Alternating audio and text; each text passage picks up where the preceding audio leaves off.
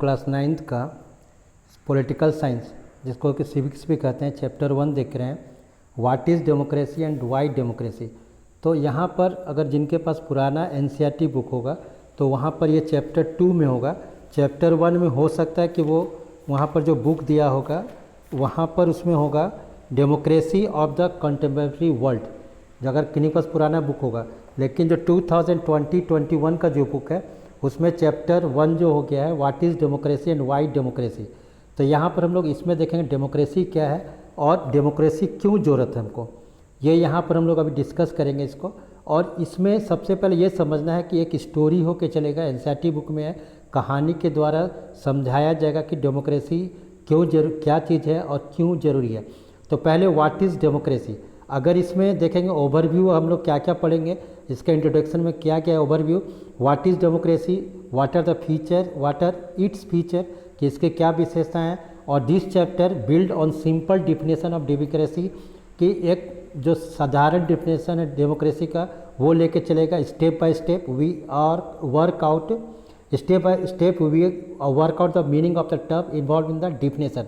लेकिन इसमें हम लोग देखेंगे, इसमें जो आगे डिस्कस करेंगे ये आर्ग्यूमेंट भी होगा इसके फेवर में, इसके अगेंस्ट में भी, कि डेमोक्रेसी क्या चीज़ है और क्यों इसको होता है। और इसके अंत में चैप्टर जब ख़त्म होने लगेगा तो हम लोग ये समझ जाएंगे कि ये जो देख रहे हैं कि after going to the chapter we should be able, कि हम लोग ये अंतर कर पाएंगे, differentiate between a democratic form of government and from a non democratic form of government, कि लोकतांत्रिक जो देश है सरकार है उससे, और जो अलोकतांत्रिक देश है जो डेमोक्रेटिक गवर्नमेंट और जो है नॉन डेमोक्रेटिक गवर्नमेंट, दोनों से हम लोग कंपेयर कर पाएंगे। और यहाँ पर जो नेक्स्ट पैराग्राफ में दिया हुआ है कि democracy is the most prevalent form of government in the world today, कि आज जो है डेमोक्रेसी जो है किसी भी दुनिया में देखते हैं तो ये सबसे पसंदीदा और सबसे फेवरेबल वर्ड है मोस्ट जितने country. But why is it so, क्यों डेमोक्रेसी ही एक अच्छा है, मोनार्की क्यों नहीं है, टोटलिज्म क्यों नहीं है, डिक्टेटरशिप भी क्यों नहीं अच्छा है, and what makes it better than other form of government,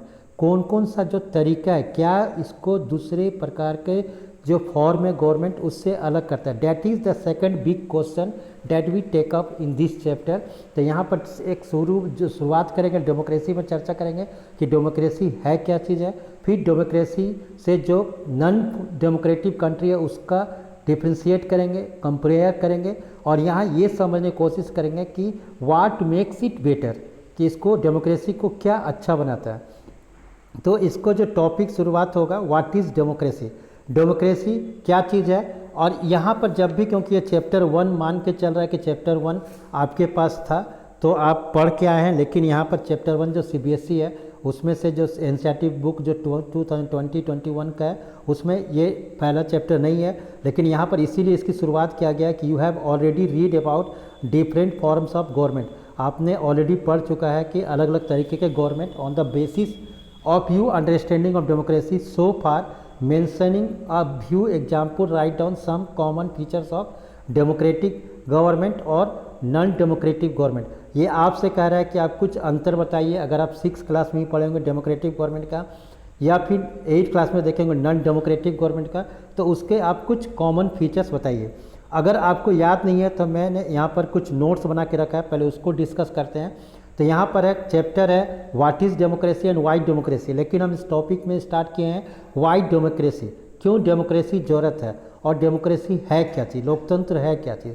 तो पॉइंट्स टू रिमेंबर, सबसे पहले हमको जो याद रखने योग्य है, जो आपको हमेशा इसको याद रखना है, इसको भूलना नहीं है इस चैप्टर को। और ये थोड़ा सा लंबा चैप्टर जाएगा डेमोक्रेसी जो है, क्योंकि 10th में जब आपका पावर शेयरिंग चैप्टर 1 स्टार्ट होगा तो वहाँ, या चैप्टर 2 जो सिविक्स का पढ़ना पॉलिटिकल साइंस का, तो ये चैप्टर ये उसका गाइडलाइन करेगा। ये एक सोचिए इंफ्रास्ट्रक्चर है, तो या इसको फाउंडेशन भी कह सकते हैं। तो पॉइंट टू रिमेंबर, आपको जो याद रखना है, democracy is taken from A Greek word, democracy जो आया हुआ है इसको लिया गया है, डेमोक्रेसी जो लिया गया है एक ग्रीक वर्ड से लिया गया है जो कि demokratia, DEMOKRATIA, demokratia Latin word, इसका मतलब होता है डेमोक्रेसिया। तो यहाँ डेमोक्रेसी जो लिया गया है ग्रीक वर्ड से लिया गया है, इसका मतलब है डेमोक्रेटिका या डेमोक्रेसिया। अब ग्रीक मतलब डेमोस मतलब होता क्या, पीपुल, ग्रीक का जो डेमोक्रेसिया ले गया है, डेमोक्रेटिया ले गया, डेमो मतलब पीपुल, और क्रेटिया मीन्स रूल, यानी रूल ऑफ पीपल, यानी देखिए अगर ग्रीक वर्ड है, पहले ग्रीक से ही ज़्यादातर वर्ड्स ड्राइव हुआ है या लेटिन से ड्राइव हुआ है, तो जो ग्रीक वर्ड है डेमोस माने पीपल्स और क्रेटिया मतलब कि रूल, यानी democracy means rule of people. अगर डेमोक्रेसी का मतलब क्या है, रूल ऑफ पीपल, ये आपको याद रखना है क्योंकि ये टर्म आगे बहुत ज़्यादा ज़रूरत पड़ेगा, इसको याद रखना है। In fact democracy is said to be form of government in which people elect their own ruler, कि डेमोक्रेसी उसको कहा जाता है एक प्रकार का जो फॉर्म है सरकार का, जो कि पीपल जो अपने जो हेड है, रूलर है, शासन को जो राजा है या प्रधानमंत्री है या प्रेसिडेंट है, प्रेसिडेंट प्राइम मिनिस्टर या जो भी रूलर्स होते हैं, उसकी जो इलेक्शन होती है वो इलेक्टेड होता है पीपल के द्वारा। अगर आप बज्जी जाएंगे, अगर इसमें जैसे अगर वैशाली में देखेंगे, बज्जी जो रूलर था उसका जो वैशाली का जो रूलर था वो भी मतलब कि इलेक्टेड होता था अब डेमोक्रेटिकली, अगर आप सिक्स का हिस्ट्री बुक में देखे होंगे। तो उसी डेमोक्रेसी अगर अब्राहम लिंकन के अनुसार चलते हैं तो democracy is a form of government, democracy एक सरकार का तत्व है, of the people, for the people और बाय द पीपल। तो अब्राहम लिंकन जैसे फेमस है, जो हम लोग डेमोक्रेसी का डिफिनेशन भी लिखे हैं, व्हाट इज डेमोक्रेसी, तो जनरली डिफिनेशन ये आता है कि democracy is a form of government of the people, for the people और बाय द पीपल, कि डेमोक्रेसी एक प्रकार का तत्व है, माने गो सरकार जो जनता का शासन है, जनता के लिए है और जनता के द्वारा है। अब यहाँ पर जो हम लोग जो चर्चा करेंगे कि डेमोक्रेसी के मेन फीचर्स है क्या, जो अभी हम आपसे जो वहाँ पर एनसीईआरटी बुक में छोड़ रहे थे कि right on the some features of the democracy, democratic government and the non democratic government. तो यहाँ पर जो नोट्स जो हमने बनाया है वहाँ पर कुछ जो मेन फीचर्स है डेमोक्रेटिक का उसको समझना है। पहला है कि decision making power must be beat those elected by the people, कि जो डिसीजन लेने का अगर जो सरकार बने तो उसके पास होना चाहिए जो जनता चुन के जिसको भेजा है, यानी decision making power must be beat the people those who elected by the people, कि जो जनता के द्वारा चुना गया वो उसी को डिसीजन लेने का पावर हो। अगर दूसरा देखेंगे must be based on free and fair elections, अगर लेकिन जो चुनाव हुआ है ऐसा नहीं कि धांधली हो रहा है, सब जो ईवीएम है लूट के चल जा रहा है, अपने से मर्जी से वोटिंग कर रहा है, तो ऐसा नहीं होना चाहिए। इलेक्शन जो होना चाहिए फ्री, स्वतंत्र होना चाहिए और साफ सुथरा, फ्री एंड फेयर होना चाहिए। थर्ड जो है must be based on the universal adult franchise, कि सबको वोट देने का अधिकार होना चाहिए, यूनिवर्सल होना चाहिए, एडल्ट होना चाहिए, कि एक एज फिक्स्ड होना चाहिए कि इसको मतलब कि इस उम्र से या उससे एबव होगा, जैसे इंडिया में 18 ईयर्स है और उससे एबव को वोट देने का अधिकार है, तो यूनिवर्सल एडल्ट फ्रेंचाइज होना चाहिए। और चौथा जो फीचर्स है government rules with in limits, सरकार भी जो शासन करे अपने सत्ता के अनुसार करे, set by the constitution law, कि जो संविधान कानून बना दिया है या सिटीजन राइट है उसके अनुसार सरकार अपना काम करे। तो यानी देख रहे हैं कि 4 फीचर्स है main features of the democracy, इसको आपको याद रखना है। पहला मस्ट बी बेस्ड, ये जो decision making power must be with elected president और prime minister by the people. Second हो जाएगा must be based on free and fair election, must be based on universal adult franchise और government rules within limit set by the constitutional law and citizen right, की जनता के द्वारा ये होने चुनने के बाद। अब हम लोग यहाँ पर तो ये देखें कि फीचर्स क्या है। अब हम लोग आर्ग्यूमेंट करने से पहले, जैसे यहाँ पर मेन टॉपिक आया है कि आर्ग्यूमेंट अगेंस्ट डेमोक्रेसी, कि हम डेमोक्रेसी जो लोकतंत्र है उसके विरुद्ध जब बात करते हैं तो क्या क्या पॉइंट रखते हैं। अब एनसीईआरटी बुक को देखते हैं तो यहाँ पर है कि वाई डिफाइंड डेमोक्रेसी। तो यहाँ पर क्वेश्चंस जो है, ये जो बातचीत चल रहा है, ये पिछले जो चैप्टर्स था वहाँ पर लिंगदो जो मैम थी और उसके जो स्टूडेंट थे उस पर बातचीत चल रहा था, उसी को रखा हुआ है कि बिफोर वी प्रोसीड फर्दर, आगे बढ़ने से पहले let us first take note of an objection by Merry, कि मेरी ने जो कुछ ऑब्जेक्शन लगाया मैम से, she doesn't like this way of defining democracy, कि डेमोक्रेसी का ये डिफिनेशन वो नहीं चाहती है। Want to ask some basic questions, वो कुछ क्वेश्चन पूछना चाहती है। हर टीचर मातिल्डा लिंगतो respond to her question as their classmate. तो ये क्योंकि हम लोग लास्ट चैप्टर पढ़े नहीं है, लास्ट चैप्टर सिलेबस में है नहीं, तो ये डिस्कशन हम लोग के लिए बेकार हो जाएगा। ऑलरेडी जो हम उसको लास्ट चैप्टर को बेस में रखते हुए और इस चैप्टर को बेस में रखते हुए नोट्स वहाँ पर पढ़े हैं। अब हम लोग आते हैं a simple definition. Let us get back our discussion on the similarity और डिफरेंसेस एमंग गवर्नमेंट, कि हम लोग के सरकार में क्या समानता है और क्या डिफरेंसेस अंतर है। दैट आर कॉल्ड, कि जो हम लोग किसको क्या कहते हैं, दैट आर कॉल्ड डेमोक्रेसी, किसको डेमोक्रेसी कहते हैं। तो यहाँ पर one simple factor common to all democracies is the government is chosen by the people, कि जो सरकार है वो जनता के द्वारा चूज किया जाएगा। वी कुड दर्ज start with a simple definition, जैसे अब्राहम लिंकन ने जो कहा कि government is a form of the government in which rulers are elected by the people, कि डेमोक्रेसी एक प्रकार का इस तरह का सरकार है जो सरकार है वो जनता के द्वारा चुना जाता है। तो इसको याद रखना आपको डिफिनेशन कि what is democracy, NCERT book में है। तो democracy is a form of government in which the rulers, कि एक प्रकार का ये इस प्रकार का शासक है जिसका जो शासक, इस प्रकार की सरकार है डेमोक्रेसी, जो लोकतंत्र इस प्रकार की सरकार है जिसका शासक या राजा जो है जनता के द्वारा चुना जाता है। Democracy is a form of government in which the rulers are elected by the people.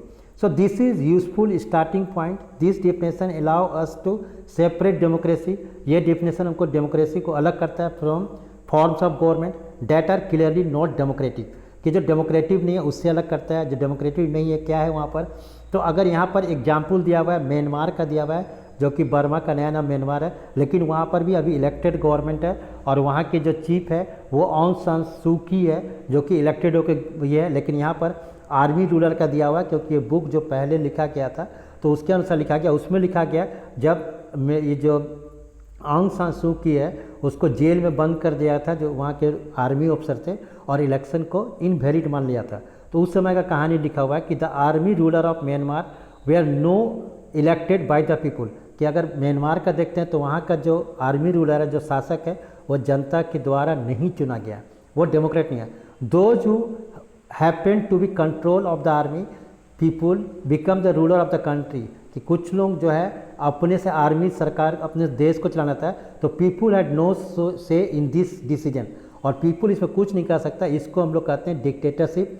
और पिछले चैप्टर में हम लोग देखे थे, जो कि आप नहीं देखे होंगे, इस बुक में नहीं, नए बुक में नहीं है लेकिन पुराने बुक में है, कि जो पिनासे था जो कि चिली का राष्ट्रपति था, जो इलेक्टेड गवर्नमेंट था, तो वहाँ भी जो वहाँ के जो रूलर्स होते हैं, आर्मी होते हैं, उसको हटा देता है सत्ता से।